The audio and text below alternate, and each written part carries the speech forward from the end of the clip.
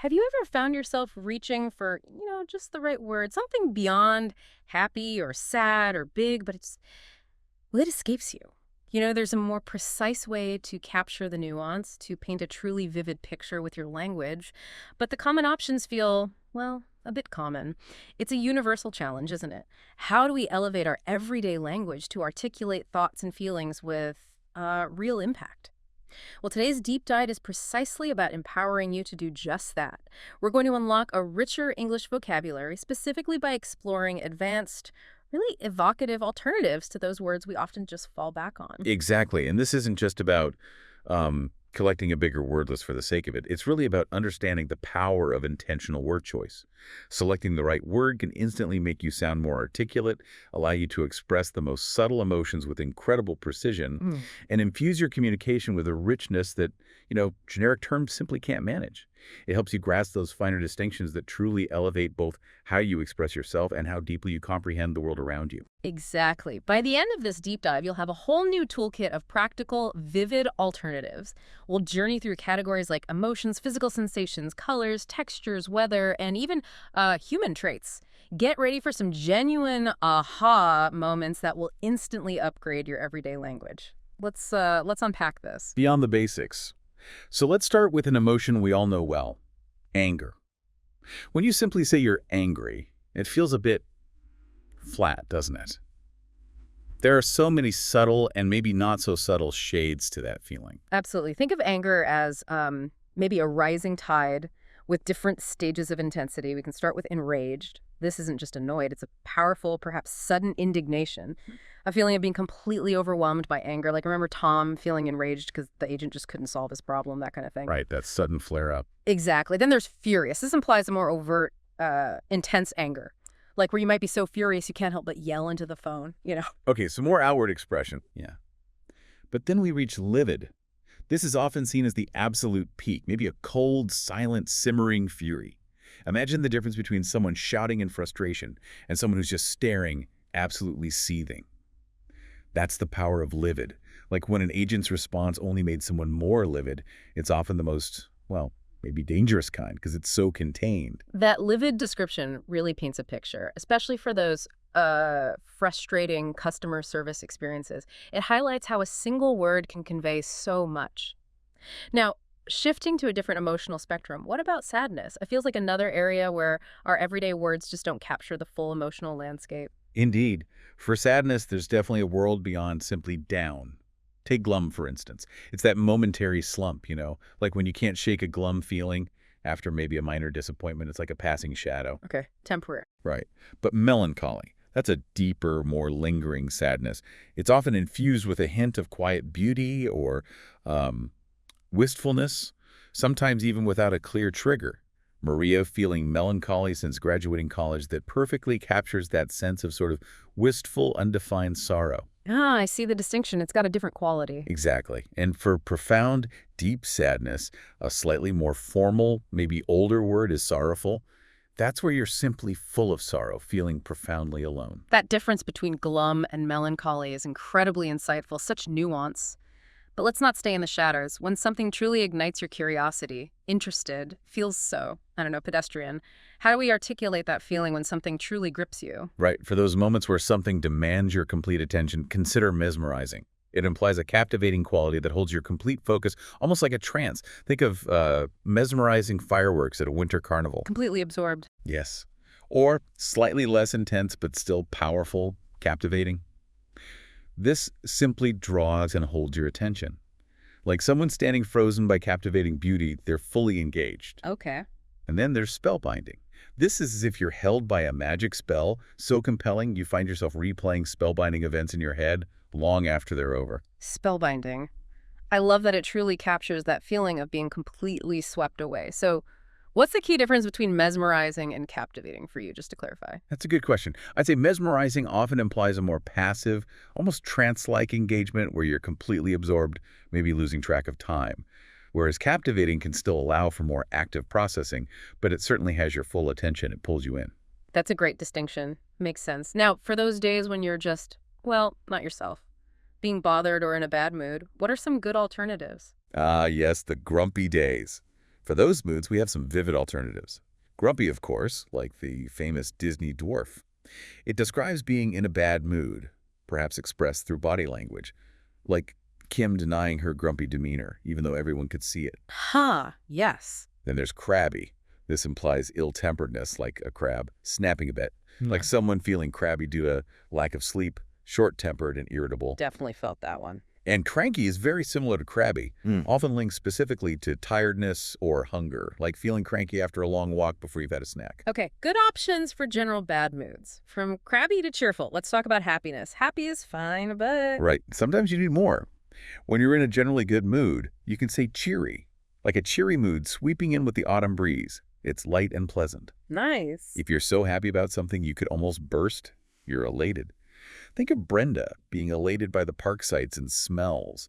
It's a profound sense of joy, often from a specific event or achievement. Elated. Got it. And much like sorrowful for sadness, you can be gleeful for happiness. It means full of pure glee or delight, maybe slightly childlike joy, like the beauty of autumn making someone gleeful. Gleeful. I like that. And what about when things get a bit scary? Fear. Beyond just scared. Fear definitely has its own spectrum of intensity. Fearful means simply full of fear, maybe a general state of apprehension, like Jerry being fearful of thunder during storms. Okay, the basic state. Then there's alarmed. This implies a sudden sharp fear, like the jolt you feel when a fire alarm goes off unexpectedly, or someone getting alarmed and immediately hiding for safety. It's a reaction to a sudden threat. That immediate response. Exactly. And finally, rattled. This describes the lingering shock after a fright. You know, when you're still shaken up, finding it difficult to calm down or think straight, that's being rattled. It's the aftermath. Rattled. That makes sense. The feeling after the scare. Okay, to wrap up emotions for now, let's look at being upset. Another common but vague word. Very true. When someone is upset, they might be distressed. This often implies showing visible signs of anxiety or suffering, their face etched with worry. Maybe they're crying. Visible suffering. Yes. Or they could be agitated. This is feeling troubled or nervous to the point of being restless, physically unable to sit still, like someone being agitated but trying not to let on why, pacing back and forth. Restless energy. Right. And if you're generally not at ease, a feeling of unease or discomfort, you're unsettled. It's less intense than agitated, perhaps, but a definite lack of peace, like sitting there feeling unsettled until a difficult meeting was finally over. Describing people and situations. Okay, that's a great tour through emotions. Let's shift gears now from fleeting feelings to more enduring personality traits, starting with a positive one, being friendly. Sure. When describing friendliness, you could say sociable. This is someone who genuinely enjoys talking and interacting with others, you know, the life of the party. Like a sociable dad who strikes up conversations everywhere. Loves being around people. Exactly. Tender describes someone who is kind and warm in dealing with people, maybe making friends easily through their gentle nature. It implies a certain softness. Tender. Interesting choice for friendliness. It emphasizes the way they are friendly, kindly, gently. And for a more formal, almost elegant term, there's affable. This means friendly, good-natured, and genuinely easy to talk to. Think of a respected leader who's very approachable. Affable. Sounds a bit more sophisticated. It can, yes. Yeah. Often used in slightly more formal contexts. Okay. And on the opposite end of the spectrum, the dreaded boring. We definitely need some alternatives there. The word itself is boring. Indeed. Instead of boring, try dull. This means having little interest or excitement, like a school subject feeling relentlessly dull. It suggests a lack of color or spark. Dull. Yep. A close synonym, often conjuring a gray, uninspired image, is drab. It's often associated with uninteresting things like drab textbooks or dreary weather. Drab. And tedious implies something so boring, slow, and monotonous that it actually makes you tired. Like school feeling particularly tedious on a Monday morning, just dragging on. Oh, tedious work. Yes, I know that feeling. Next up, energetic qualities. What's beyond just energetic? Well, for animals, especially dogs, you often hear frisky. This means playful and full of boundless energy, like Rocky being a frisky dog constantly wanting to play fetch. Frisky. Got it. More broadly, for people or things, lively means full of life and energy. Someone who needs daily exercise to match their natural zest. A lively discussion, for example. Lively. Good one. And spirited implies not just energy, but also determination and maybe ambition, like a spirited attitude that keeps someone active and engaged in life, even when facing challenges. It has a connotation of courage, too. Spirited. I like Yeah. that energy plus determination. Okay, moving to less pleasant traits, being mean. How can we be more specific? Well, for someone in a bad mood and really cross about something specific, they can be bitter. Like Johnny turning bitter when the swings were closed, it suggests a lingering resentment or disappointment coloring their mood. Bitter, like a taste almost. Exactly. Disgruntled means angry or dissatisfied, often because of perceived unfair treatment. As in being disgruntled about a decision and maybe refusing to cooperate. It implies dissatisfaction. Okay, disgruntled employees, for example. Precisely. And the most intense of these is probably venomous. This implies words or actions full of hatred or bad feelings meant to wound. Like yelling venomous words, they're truly poisonous. Venomous. Wow, that's strong. Let's talk about courage. What are some stronger words for brave? A courageous person is brave and often implies willingness to face danger, perhaps putting their life on the line. Like a courageous firefighter charging into a burning building, it has weight. Courageous. Definitely serious bravery. Then there's gallant. This describes someone brave and heroic, often in a chivalrous way. Sometimes it implies their bravery goes unnoticed because they don't seek praise. They do brave deeds simply because they feel it's right. Gallant. Bit old-fashioned maybe, but nice. It can sound that way, yes. Yeah. And daring means brave and adventurous, someone who faces new challenges head-on with boldness, maybe taking risks. Daring. Like a daredevil. Okay. How about being likable? That seems quite general. It is. If someone is highly respected or admired, they can be revered. Like a revered, bubbly personality who everyone looks up to, it implies deep respect. Revered. High praise. Yes, enviable means desirable, inspiring envy, but often in a positive way, like having an enviable smile that brightens a room, something others wish they had. Enviable quality. Right. And admirable simply means deserving admiration, perhaps for their character or actions, such as someone who listens without judgment. That's an admirable quality. Admirable. Makes sense. What about someone who's just plain funny? We use funny all the time. We do. They can be amusing. This simply means causing laughter or amusement, maybe through wit or lightheartedness, like Brandon being amusing with his quick observations. Easy. If they're very funny, they're hilarious, always telling hilarious stories that leave you in stitches, crying with laughter. Hilarious. Definitely a level up. And comical describes someone or something that causes amusement often due to being absurd or ludicrous, perhaps having a comical way of speaking or a funny, slightly strange mannerism. It implies a certain oddness contributing to the humor. Comical. Interesting nuance there. Okay, for adventurous traits, what else besides adventurous? You might describe someone as bold. This is often a mixture of adventurous and brave, someone who isn't afraid to step forward or take initiative, like a thrill-seeking person described as bold. Bold move. Exactly. Intrepid means brave and not afraid of danger or difficulties. It's often used for explorers venturing into unknown territories, suggesting fearlessness. Intrepid explorer. Classic. Yes, and audacious shows a willingness to take surprisingly bold risks, perhaps defying convention. Like wanting to be audacious enough for rock climbing, there's a certain daring, almost cheeky spirit to it. Audacious. I like that. And finally, for traits, let's consider strange behavior. Beyond just strange. Instead of just strange, you could say peculiar. This means strange or odd, often in a slightly quirky or specific way, like a boss with a peculiar idea of dressing up for a meeting. Peculiar habit. Right. Bizarre means very strange or unusual, almost unbelievable, like a bizarre costume that defies explanation, truly out there. Bizarre. Definitely stronger than peculiar. Yes. And uncanny is strange and hard to explain, often with a slightly eerie or unsettling quality. Maybe making someone seem different or describing an uncanny resemblance that's almost supernatural. Describing physical and mental states. All right, let's move into how we describe physical and mental states now, starting with that all too familiar feeling, tired. Tired covers a lot, but not much detail. So true. Beyond just tired, you can be bleary-eyed. This describes having eyes that are dull, watery, or swollen, typically from tiredness or just waking up, like waking up bleary-eyed after a really short night's sleep. Bleary-eyed. Very visual. Then there's weary. This means feeling profoundly tired, especially from physical exertion or lack of sleep, like feeling weary walking home after a long, hard day. It implies a deep fatigue. Weary. You can feel the weight in that word. Exactly. And if you're dazed, weak, or unsteady, typically from illness, sleep, or maybe even a blow, you're groggy, like feeling groggy after a deep sleep, struggling to fully wake up and clear your head. Groggy. That fuzzy feeling. Yep. And what about when your stomach starts rumbling? Hungry. Ah, hunger. For extreme hunger, you're famished. Like being utterly famished after a long flight with absolutely no snacks. Ah, Starving. mamished, yes. If you're only slightly hungry, just wanting to pick at things, you're peckish. Yeah. Perhaps feeling peckish at a night market, browsing for small bites rather than a full meal. Peckish, I use that one. It's useful. And for truly intense hunger and almost insatiable craving, you're ravenous. Like being ravenous for a large, delicious tostada after skipping lunch. Ravenous, like a wolf. Moving on to feeling unwell or ill. Sick is common, but broad. Right. If you're feeling sick to your stomach with the urge to vomit, you're nauseous. That specific feeling of stomach upset. Nauseous, got it. A queasy feeling is similar, but perhaps milder, an uneasy sensation, especially in the stomach.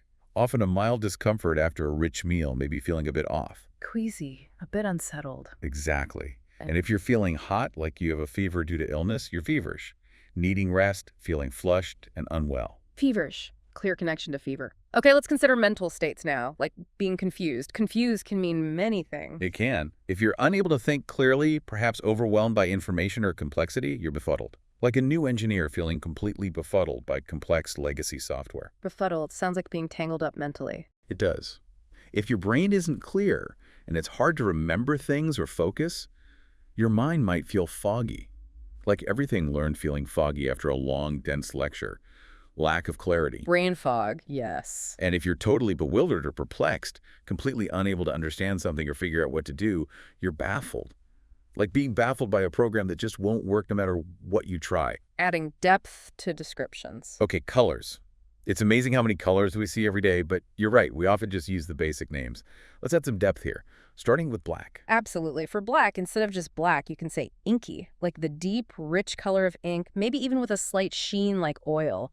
Very dark and deep. Inky black. Nice. Or raven. This specifically denotes a black with a subtle hint of blue or purple, like a raven's feathers catching the light. Very evocative, especially in descriptions. Raven. Like the bird. Exactly. And onyx is like the polished black stone, suggesting a deep, smooth, perhaps luxurious black.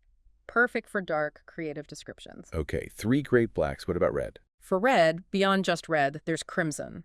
This is a deep, rich red, almost royal, like collecting crimson flowers or deep red velvet. Crimson. Rich. Then scarlet. Scarlet is a brighter, more vibrant red, often with a slight orange tinge, like the hue of fresh poppies catching the morning sun. More fiery. Scarlet. Brighter. And ruby is a dark, intense red, like the jewel.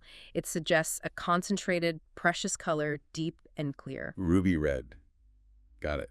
Moving on to blue. When describing blue, think sapphire, like the deep, brilliant blue jewel, perfect for describing a vast, beautiful summer sky. Sapphire sky. Lovely. Denim gives a specific, familiar blue, the color of well-worn jeans. You might even use it metaphorically, like for clouds having a denim hue. Denim clouds. Interesting. And navy is a very dark, almost black, formal blue. Excellent for describing distant mountains shrouded in haze or a smart uniform. Navy blue. Classic. How about white? It seems simple, but... Even white has nuances. We have cream, which is a warm white with a hint of yellow.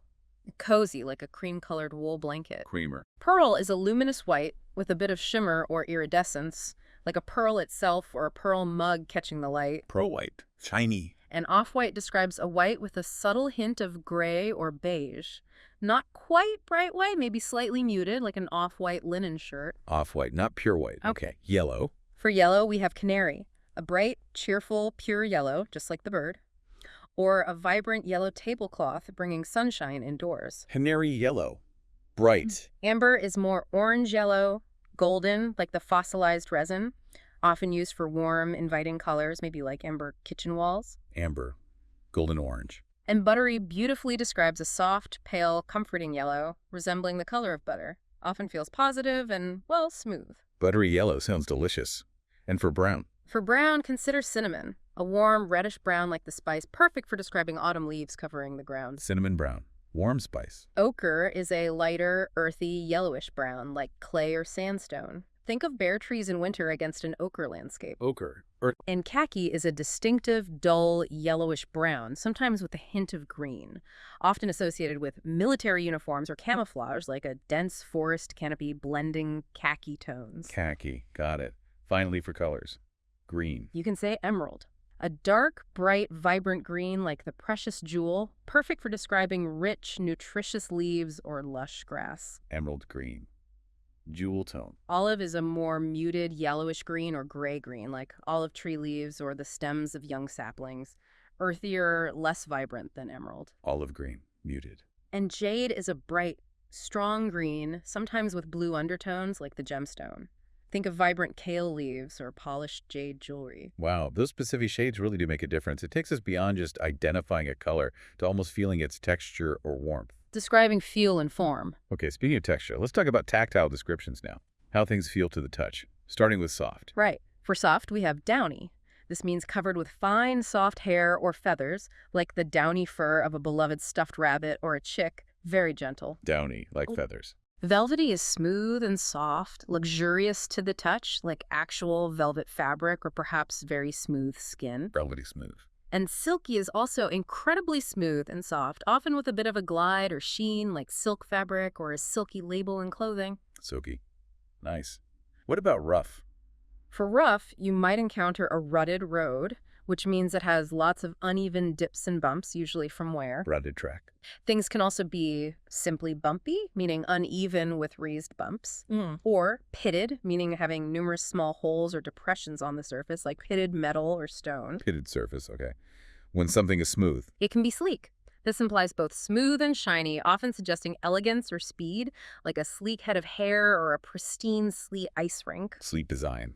Glassy is intensely smooth and reflective, like glass itself, or a perfectly calm lake surface appearing glassy. Can also describe a complexion. Glassy eyes. Yes, or a glassy stare. And polished means it's been made smooth and shiny through effort, as if buffed to perfection, like polished furniture or polished manners. Polished performance. Good. For sharp things. They might be jagged. This means having lots of sharp, irregular angles and points, like jagged mountain peaks or a jagged piece of broken glass, unevenly sharp. Jagged edges. Or pointed, meaning having distinct sharp tips or ends, like pointed rocks or the pointed roof of a house. Pointed stick. A landscape could even be described as bristled. This means covered with stiff, short hairs or points, creating a rough, spiky appearance, like a field bristled with dry thistles. Bristled, like a brush. If something is bubbly. It could be effervescent. This means actively producing bubbles, fizzing, like an effervescent drink or the top layer of milk on a well-made coffee. Effervescent personality, even. Absolutely. Frothy means covered with a light, airy layer of bubbles, often on liquids like beer or cappuccino. Frothy milk. And foamy is similar to frothy, but often implies smaller, denser bubbles, almost creamy in consistency, like sea foam. Foamy waves. Okay. For liquid things. We can say flowing. This describes a liquid moving continuously and smoothly, like rich chocolate sauce cascading down a cake. Flowing river. Runny means it flows very easily, perhaps almost too quickly or thinly, like runny honey or thin chocolate covering pastry. Runny nose. Ha! Yes, that too. And fluid simply suggests smooth, continuous movement, very adaptable and graceful, like fluid dance movements. Fluid motion. When something is sticky. It could be gooey. Sticky like glue, often messy and thick, like melted ice cream or the inside of a warm cinnamon bun. Gooey cheese. Yum. Syrupy is like a thick, sticky syrup, slow-moving and adhering. Syrupy sweet. And tacky. Tacky describes something that's sticky to the touch but not fully adhesive. It requires a little effort to separate your fingers after touching it, like slightly dried glue or some types of paint. Tacky surface. Got it. Finally, for something worn. It might be shabby. This means old, used, and a bit tired or run down in appearance, like a pair of shabby but comfortable red shoes. Shabby chic sometimes. Sometimes. Threadbare means so worn that the individual threads are visible, almost forming a hole. It indicates extreme age or wear, especially on fabric. Threadbare carpet. Yes. And a frayed is when strings or threads are sticking out because they've broken, typically on edges like cuffs or elbows and knees of clothes. Frayed jeans. The word threadbare really brings to mind a favorite old blanket or a well-loved pair of jeans. It's so much more descriptive than just worn out. Age and time. Describing stages and pace. Absolutely. Now let's focus on descriptions related to age and time, starting with young. Okay. For young, we have adolescent. This specifically describes people between childhood and adulthood, in their teenage years. Adolescent phase. Youthful means full of youth and vitality. It can describe someone young or someone older who has a youthful energy or appearance, regardless of their chronological age. Youthful spirit. Exactly. And juvenile means young or sometimes acting in a young, perhaps immature way. Be careful, as it can occasionally be used as an insult, implying childishness. Juvenile behavior. Got it. Yeah. And for old? You can use elderly for an older person. It's generally seen as a respectful term, though some prefer older adult. Elderly relative. And if someone is getting on, it means they are gradually getting older. It's a gentler, more informal way to put it. He's getting on a bit now. Getting on. Okay. What about describing things that are new? Beyond just new. If something is new and in absolutely perfect, untouched condition without a single mark, it's pristine, like a pristine copy of a book. Pristine condition. Mint also means new and perfect, often used specifically for collectibles in mint condition. Implies it's as good as when it was first made. Mint condition comic book. Right, and simply fresh means new, unused, and perhaps recently made or acquired, like fresh bread or fresh ideas. Fresh start. How about modern things? They can be described as present day, clearly referring to the current period in time. Present day technology. Or current, meaning belonging to the present time. Current events, current fashion. Current trends. And contemporary also means belonging to or occurring in the present. It often carries a sense of being up to date or fashionable, like contemporary art or contemporary design. Contemporary music. Right. Okay, let's talk about speed. Beyond just fast. If someone or something is quick and agile in movement, they are nimble, like a nimble delivery driver weaving through traffic, or nimble fingers typing quickly. Nimble fingers. Agile also means able to move easily and quickly, implying flexibility and responsiveness. An agile mindset, an agile athlete. Agile development. Yes. And swift implies quickness combined with smoothness, often effortless execution, like swift movements or a swift response. Swift action. Good ones. And finally for this section, being relaxed. Relax is fine, but Alternatives add nuance. Someone who is easygoing is relaxed and tolerant in their attitude or manner, generally unflappable. easygoing boss, lucky you. Huh? Carefree means without any worries or cares, truly unworried and lighthearted, like relaxing in a hammock on holiday, feeling completely carefree. Carefree days of summer. Exactly. And unhurried means not in a rush, taking one's time, allowing for decompressing moments. An unhurried stroll, an unhurried meal. Beyond sunny and rainy. Okay, weather. Being British, we apparently have a national obsession with it. So this category is essential. Let's get beyond just rainy and sunny. Ah, indeed. Crucial vocabulary. For rainy, you have drizzly. That annoying, persistent, fine, light rain that just won't stop and gets everything damp. Drizzly morning. Ugh. Showery implies short, intermittent rain spells, maybe with breaks of sunshine in between. April showers, for instance. Showery spills. And damp means generally wet, but not necessarily soaking. Like typical damp days in autumn when the air is heavy with moisture and things don't quite dry out. Damp clothes, right, when it's stormy. When it's stormy, the weather can be described as inclement. This is a more formal word for severe, rough, or unpleasant weather, often stormy. Inclement weather warning. Yes. The sky might seem angry with raging winds that howl and roar. Raging storm. And clouds can be turbulent, meaning they're twisting, churning, and darkening, suggesting chaotic and unstable conditions aloft. Turbulent skies ahead. Okay. For windy conditions. A very common and descriptive word is blustery. This indicates strong, gusting winds, maybe blowing things around. A blustery day. Blustery walk on the beach. Breezy implies a lighter, often welcome wind, especially on a warm day. A gentle movement of air that feels pleasant. Nice and breezy. And gusty means characterized by strong, sudden bursts or gusts of wind, rather than a steady blow. Like gusty weather that can suddenly break an umbrella. Gusty winds. Got it. When it's hot. Really hot. The sun can be blazing down, intensely bright and hot, like a furnace. Blazing sun. The heat can feel blistering. So intense, it feels like it could actually cause a blister on your skin. Unbearably hot. Blistering heat wave. And if it's extremely hot and humid, making you feel uncomfortable and sweaty, you're likely sweltering, feeling oppressed by the heat and humidity. Sweltering summer day. Ugh! On the other hand, if it's really cold... It can be frigid, extremely and unpleasantly cold, well below freezing perhaps. Frigid temperatures. A biting cold seems to hurt or sting your exposed skin. It feels sharp and cutting. Biting wind. And piercing cold is painfully intense, feeling as if it penetrates right through your clothes to your bones. Piercing cold. Brrr. Okay, back to nicer weather. Warm. For warm temperatures, it can be mild. A pleasant temperature that's not too hot or cold, just right. Often used in winter if it's warmer than usual. Mild winter. A temperate climate or day is of a moderate, comfortable temperature, perfect for outdoor activities. Not extreme either way. Temperate zone. And it can just be comfy. A comfortably warm temperature, cozy and pleasant. Comfy inside by the fire when it's cloudy. The sky is often overcast. This means the sun is completely hidden by a uniform gray layer of clouds. Overcast skies. It could be a dreary day. This implies not much light, dull, maybe a bit depressing because of the lack of sunshine. Dreary weather. And gloomy also implies depressing, gray weather due to clouds, potentially affecting your mood, making you feel a bit down. Gloomy outlook. And finally for weather, clear skies. Yes, it can be cloudless. Simple and clear, completely devoid of clouds. Cloudless blue sky. The day can be bright, with the sun shining brilliantly, lots of light. Bright sunshine. And of course sunny, meaning simply a lot of sun with few or no clouds obstructing it. 8th, taste and flavor. Engaging the senses. Okay, let's tantalize our taste buds now and explore how things taste, starting with sweet. Right.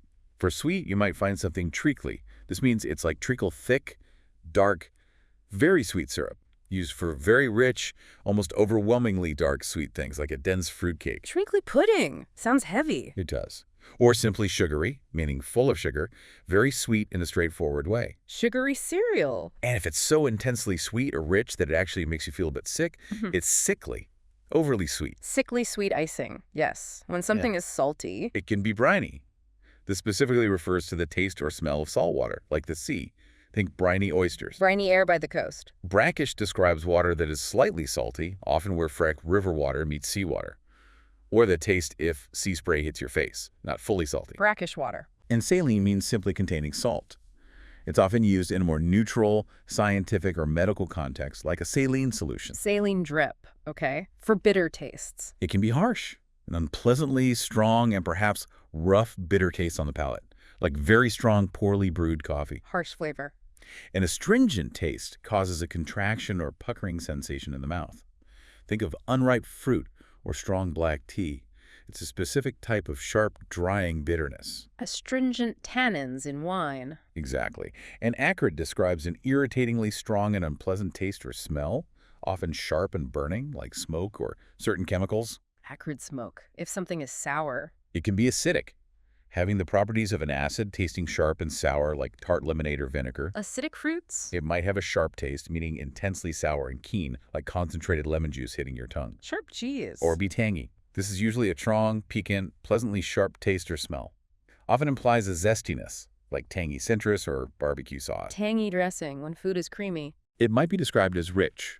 This implies very indulgent, often high in fat content, smooth and luxurious, like rich chocolate mousse. Rich sauce. It can also be milky, simply resembling or containing milk, perhaps a milder, lighter creaminess. Milky tea. And luscious means very indulgent, delicious, often implying a succulent, smooth, rich texture and taste, like luscious berries and cream. Luscious dessert. Sounds great. Finally, for spicy foods. We often just say hot, referring to the burning sensation on the tongue from capsaicin, not physical temperature. Hot curry. It can be peppery, meaning it contains a noticeable amount of pepper, whether it's chili pepper or black pepper, giving it a distinct kick. Peppery steak. And fiery means truly hot and spicy, implying an intense, perhaps almost painful burning sensation for those who like extreme heat. Painting a picture with words. Fiery. Okay, to round off our deep dive, let's explore how to paint a more vivid picture with words when describing appearance, starting with tall people or things. Right. When someone is tall, especially if they are also thin and perhaps a bit awkward in their movements, they might be gangly. Gangly teenager. Lanky is similar, tall and thin, often suggesting long limbs, maybe slightly less awkward than gangly, but still lean. Lanky figure. And simply long-legged emphasizes that specific feature, someone having noticeably long legs contributing to their height. Long-legged model. For something high, not necessarily a person. It can be soaring. Rising majestically to a great height, giving a sense of uplift, like soaring skyscrapers or a soaring bird. Soaring ambition. Towering means simply very tall and imposing, like a tower. Towering cliffs, a towering figure. Towering inferno. And lofty describes an imposing height, often suggesting dignity, grandeur, or even remoteness. Yeah. Lofty goals, lofty peaks. Lofty ideals. Okay, if something is small, It might be petite. This usually describes a woman who is small and delicately built. It's generally a complimentary term. Petite frame. Or tiny, meaning extremely small. Tiny puppy. And in Scottish English, you might hear wee for little. Adds a nice regional flavor. A wee dram. Wee bit. Cute. For something thin. It could be lean. This means without much fat, but can still imply muscle and health. Lean meat, a lean athlete. Lean build. Scraggly describes something thin, often in an unkempt or weak way. Almost too thin, like scraggly pink twigs on a winter bush or a scraggly beard. Scraggly stray cat. And slim is a generally positive way to describe thinness, implying graceful leanness, often seen as attractive. Slim waist. Okay, if something is wide. It can be broad, meaning of ample size or extent from side to side, like a broad stage, broad shoulders, a broad river. Broad smile. It could be spacious, meaning having lots of room or space, feeling open and uncrowded. A spacious house. Spacious part. Or vast, implying a very great extent or quantity, almost boundless. A vast desert, vast knowledge. Vast ocean. Conversely, if something is narrow. It might be slender. This implies gracefully thin or narrow, often elegant. A slender vase, slender fingers. Letter profile. Tight if it's so narrow it's hard to move or fit through. A tight corner, tight squeeze. Tight spot. Or cramped, meaning restricting or confining due to lack of space. A cramped room, cramped handwriting. Cramped conditions. When describing something attractive. It could be alluring, powerfully fascinating or attractive, perhaps even slightly mysterious or seductive. An alluring scent. Alluring eyes. Enticing is attractive or tempting, exciting your interest or desire. An enticing offer, an enticing aroma. Enticing prospect. And glamorous means very attractive and exciting, often associated with wealth, fashion, and charm. A glamorous movie star. Glamorous lifestyle. For something dirty. It might be disheveled, untidy, or disordered, especially referring to hair or clothes, looking like you just rolled out of bed. Disheveled appearance. Grimy means covered with ingrained dirt or soot that sticks, like a grimy window or grimy hands after working on a car. Grimy alleyway. And grubby is another word for dirty or grimy, often used for children or things that get handled a lot. Grubby fingers. Grubby clothes. If something is plain. Not necessarily bad, just plain. It can be ordinary, meaning with no special or distinctive features, just typical or standard. An ordinary day. Ordinary looking. Simple. Easily understood or done, presenting no difficulty. Or, in appearance, lacking ornamentation or complexity. A simple design. Simple dress. Or conventional. Based on or in accordance with what is generally done or believed. Traditional and perhaps unremarkable. Conventional thinking. Conventional style. And finally, for something ugly. It could be described as unsightly. Simply unpleasant to look at, unattractive, an unsightly mess. Unsightly scar. Unattractive, straightforward, not pleasing or appealing to look at. Unattractive building. Or displeasing, causing annoyance or disapproval when viewed. Its appearance is actively not liked. A displeasing color combination. Wow, that was a truly incredible deep dive. Seriously, we've unpacked, what, hundreds of words and phrases today? Yeah. It provides you, the listener, with an amazing toolkit to enhance your vocabulary, express yourself much more precisely, and really understand the nuances of English. Absolutely. And what's fascinating here, I think, is that consciously choosing these richer, more specific words doesn't just improve your communication outwardly. It actually sharpens your perception of the world around you. When you have a more precise language for something, you start to notice details, maybe colors or textures or feelings that you might have overlooked before. So the provocative thought maybe is, what new details will you start to notice now that you have a more precise language to describe them? That's a great thought to leave everyone with. We really hope you enjoyed this deep dive and found it as valuable and, frankly, as fun as we did putting it together. If you did, please take a moment to like this deep dive, maybe share it with a friend who loves learning new words, and definitely subscribe to our channel so you don't miss our next deep dive.